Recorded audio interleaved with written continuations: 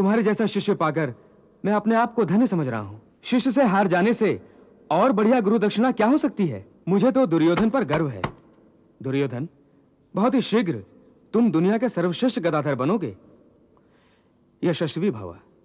दुर्योधन, जो कुछ भी कमियां तुम्हें शेष हैं उन्हें मैं बहुत ही शीघ्र पूरी कर दूंगा। आप द्वारिका से इतना प्रेम करते हैं, फिर भी अब तक आप हस्तिनापुर में ही हैं। मैं वचनबद्ध हूं। मैं समझा नहीं दाऊ भैया। कन्हैया, दुर्योधन को मैंने अपना शिष्य बना लिया है, परंतु उसकी शिक्षा समाप्त होते ही मैं द्वारिका लौट आऊंगा। यहां पल भर भी नहीं रुकूंगा। सचमुच आप कितने भोले हैं दाऊ भैया। औरों की बातों में आकर अपनों को छोड़कर पराये लोगों में निवास कर रहे हैं। पराये? दुर्योधन कोई पराया नहीं है कन्हैया। अपना भी तो नहीं है।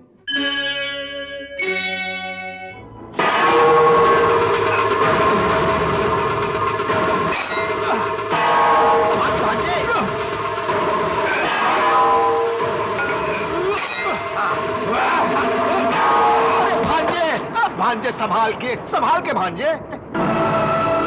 दुर्योधन,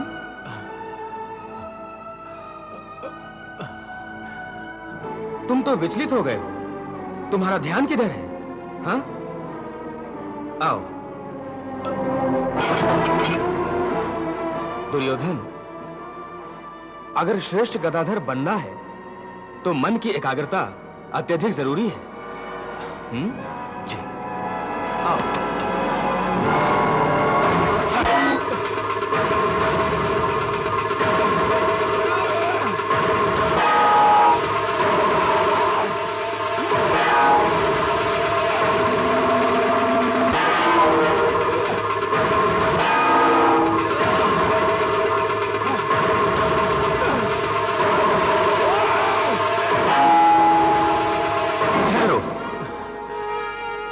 दुर्योधन, जब शरीर सुदृढ़ होता है, निरोगी होता है, तब मन सुदृढ़ होता है, और जब मन सुदृढ़ होता है तब एकाग्र होने में कोई कठिनाई नहीं आती।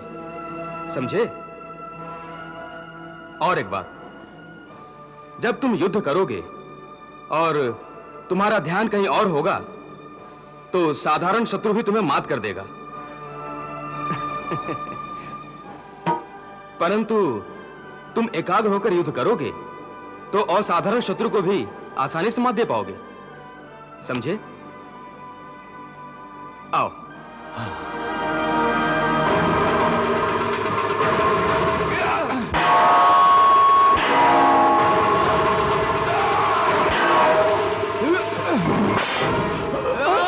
संभाल के भांजे, संभाल के। दुर्योधन, गदा युद्ध के भी कुछ नियम होते हैं। जिसके हाथ में गदा ना हो उस पर कभी वार नहीं करते। लो, आओ।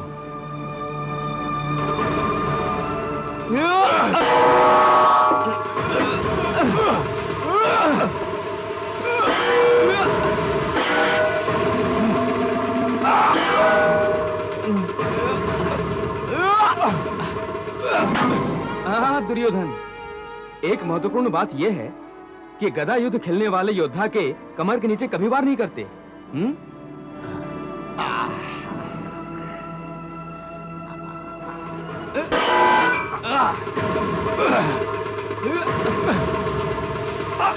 बहुत खूब दाऊ भैया, बहुत खूब। भांजे, अभी तुम्हें बहुत कुछ सीखना है दाऊ भैया से। शकुनी मामा, दुर्योधन अवश्य ही सीखेगा। मेरा शिष्य श्रेष्ठ गदाधर बनेगा।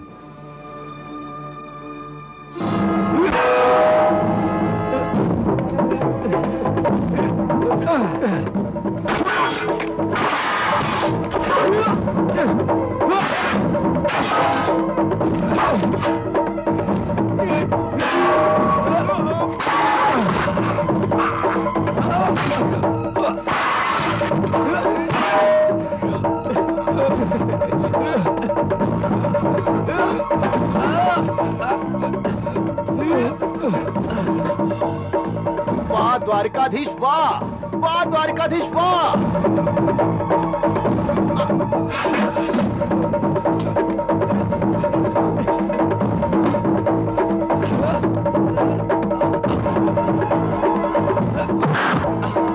वाह भांजे वाह।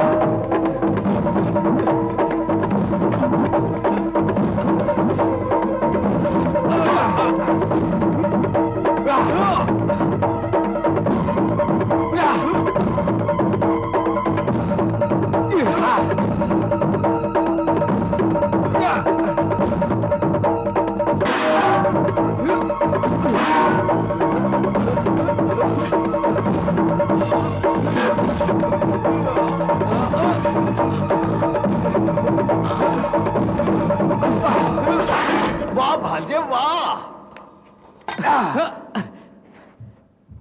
वाह दुर्योधन वाह, वाह, बहुत अच्छे। दुर्योधन, बहुत ही शीघ्र तुमने गदा युद्ध के दांव पे सीख लिए। तुम्हारे जैसा शिष्य पाकर मैं अपने आप को धन्य समझ रहा हूं। परंतु द्वारकाधीश, इसने तो आपका अपमान किया है। आपका सोचना अनुचित है शकुनी मामा। शिष्य से हार जाने से और बढ़िया गुरु दक्षिणा क्या हो सकती है। मुझे तो दुर्योधन पर गर्व है। दुर्योधन, बहुत ही शीघ्र तुम दुनिया के सर्वश्रेष्ठ गदाधर बनोगे। यशस्वी भव। दुर्योधन, जो कुछ भी कमियां तुम्हें शेष हैं उन्हें मैं बहुत ही शीघ्र पूरी कर दूंगा।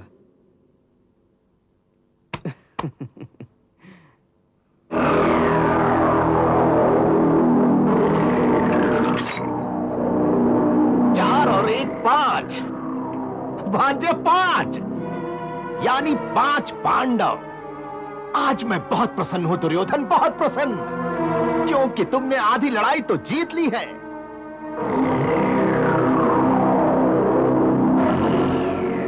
मामा श्री, आप चिंता मत कीजिए। मैं इस गदा से उन 5 पांडवों को चकनाचूर करके बाकी की आधी लड़ाई भी जीत लूंगा। नहीं भांजे नहीं, इतनी शीघ्रता करने से हमें लाभ की जगह हानि भी हो सकती है। याद रखो, लड़ाई सिर्फ लड़कर ही नहीं जीती जाती, यह तुम्हारा भ्रम है।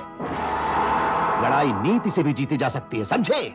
6 चाहिए मुझे तो दाऊ भैया, 6 चलिए तो सही। चाहिए, 6 ये 6 5 आ गए। मामा जी, लगता है आज आपका दिन नहीं है, हैं? अब मेरी बारी। हाँ, आप खेलिए, आप खेलिए। ये आ गए 4 4। ये 1 2 3 और ये 4। मामा जी, आप तो हार गए हैं? दाऊ जी, इस हार से भी बड़ी शांति मिलती है कि मैं आप जैसे बलवान से हार रहा हूं। अच्छा तो मामा जी, अब मैं अपने कक्ष में जाना चाहूंगा। दुर्योधन, अब हम अखाड़े में मिलेंगे। भाई, मैं देखना चाहता हूं कि अब गदा युद्ध में मेरा शिष्य कितने पानी में है। अच्छा।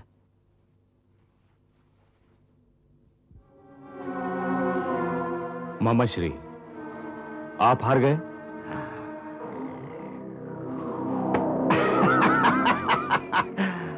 भांजे, बलराम को मैं हर प्रकार से प्रसन्न रखना चाहता हूं।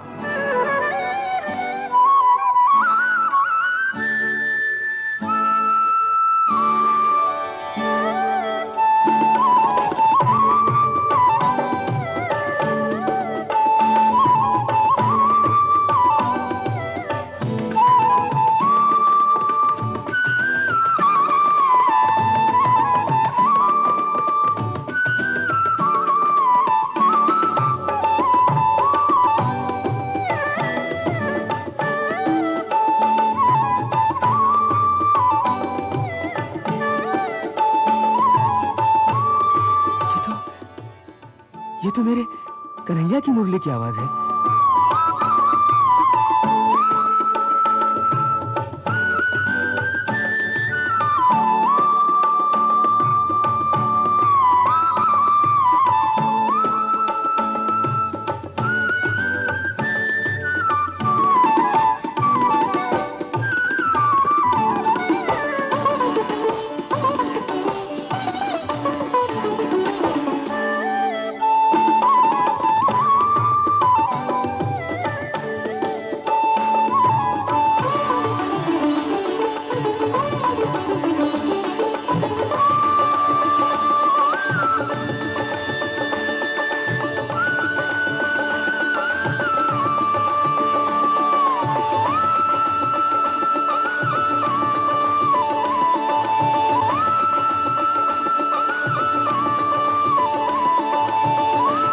कन्हैया,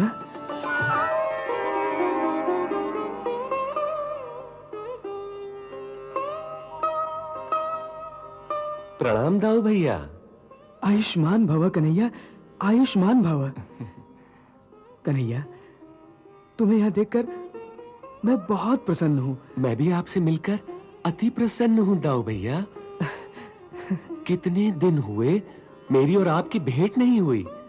जब से आप द्वारिका छोड़ के आए हैं, मुझे ऐसा लग रहा था कि द्वारिका नगरी केवल एक शरीर है, लेकिन उसमें उसकी आत्मा नहीं है। कन्हैया, दाऊ भैया, कहीं ऐसा तो नहीं कि आप मुझसे असंतुष्ट हैं? कन्हैया,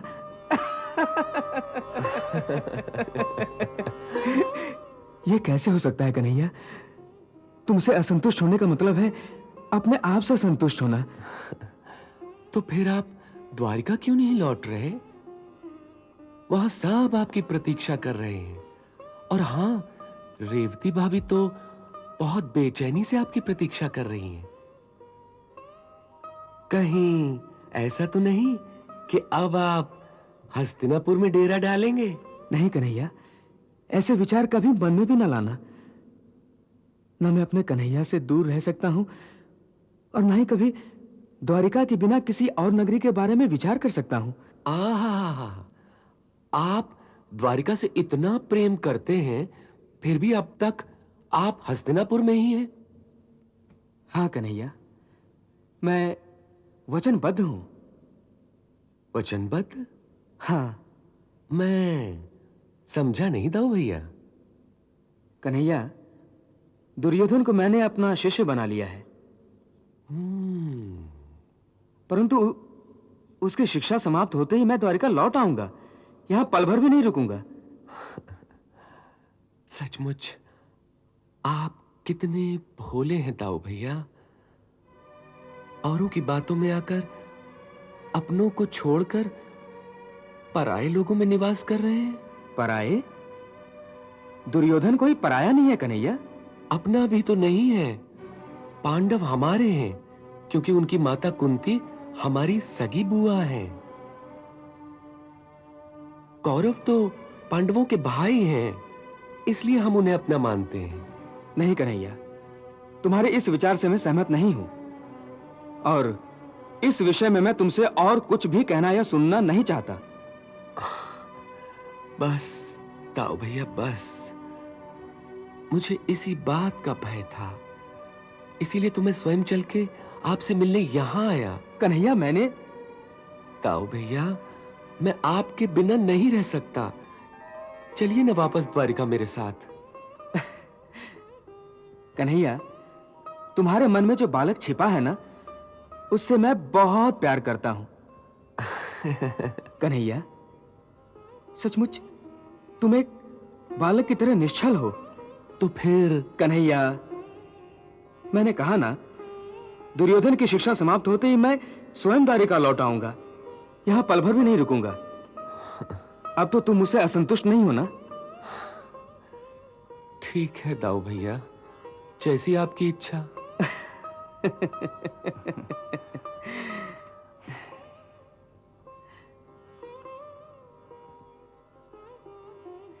कन्हैया, एक बार फिर से मुरली सुना दो ना। बहुत दिन हुए तुम्हारी मुरली नहीं सुनी थी। हाँ दाऊ भैया।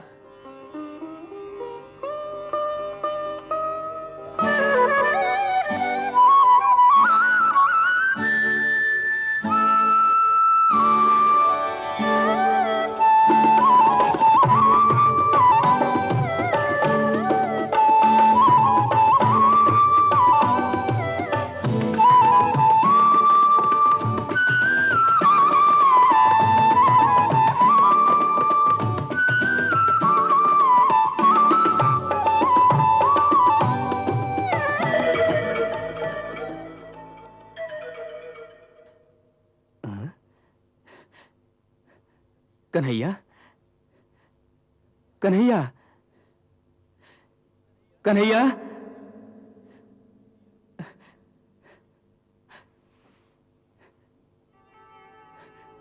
कन्हैया, कन्हैया, कन्हैया, कन्हैया, कन्हैया, कन्हैया, कन्हैया। दाऊ जी, इतनी रात गए आप? शकुनी मामा, यह कन्हैया आया था। कृष्ण। दाऊ जी, आपको कोई भ्रम हुआ होगा। भ्रम? वासुदेव तो द्वारिका में है। नहीं नहीं, वो यहां स्वयं आया था। मेरे विचार से तो आपने कोई सपना देखा होगा दाऊ जी। सपना? हाँ, सपना। आपको कृष्ण की याद आई होगी, जिससे आपके मन ने यह नाटक रचा होगा, जिससे आपको लगा कि कृष्ण यहां आया है।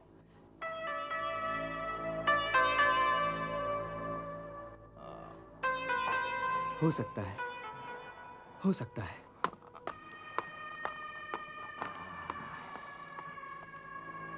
कृष्ण यहां बलराम से मिलने आया था। जरूर उसकी कोई चाल होगी। कृष्ण।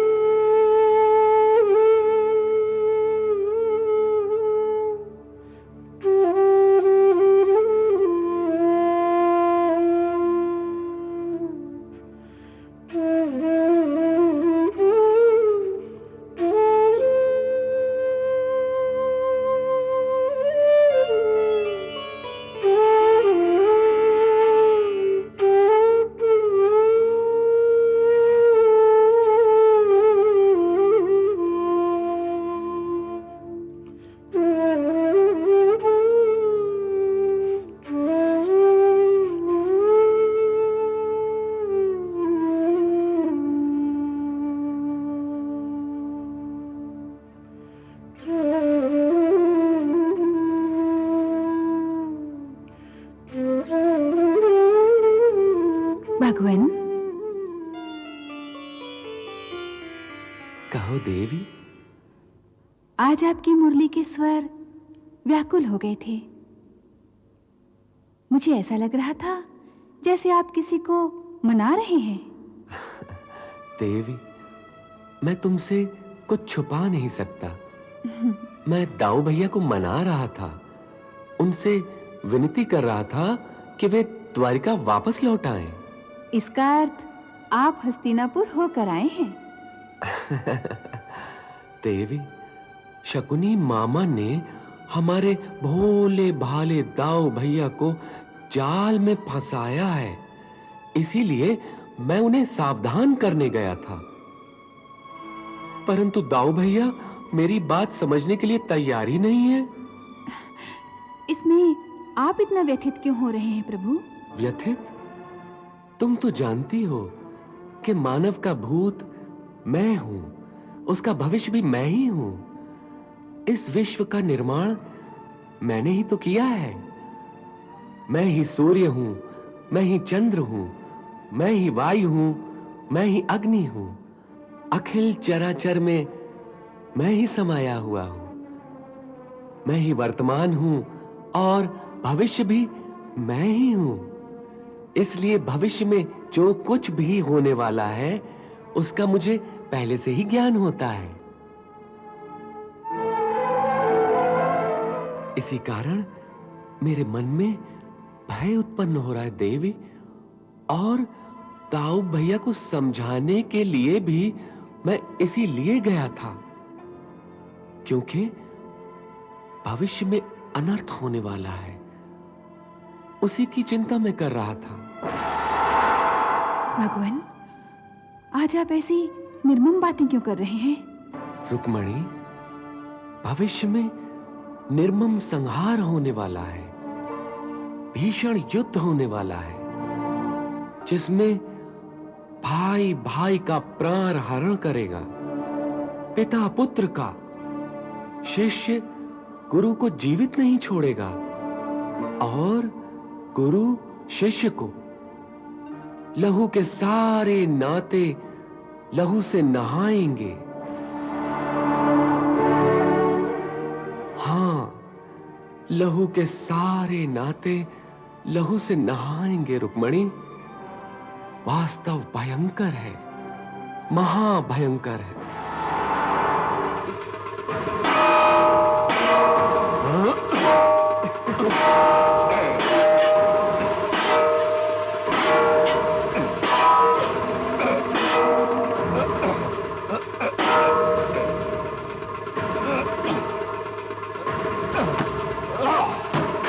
दुर्योधन, एक महत्वपूर्ण बात यह है कि गदा युद्ध खेलने वाले योद्धा के कमर के नीचे कभी वार नहीं करते।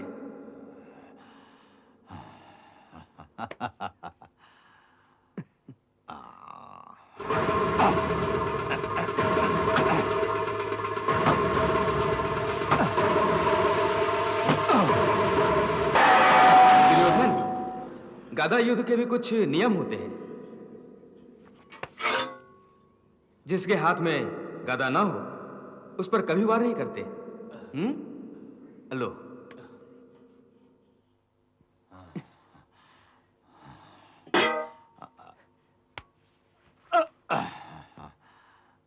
वाह दुर्योधन, वाह वाह, बहुत अच्छे।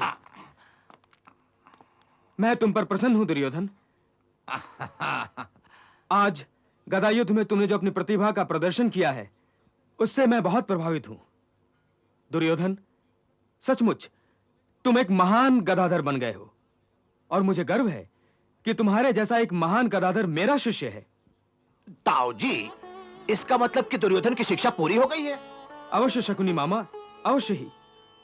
दुर्योधन आज एक संपूर्ण गदाधर बन गया है। भांजे, तुम्हें गुरु ने शिक्षा दी, अब तुम्हारा कर्तव्य बनता है कि तुम अपने गुरु को गुरु दक्षिणा दो।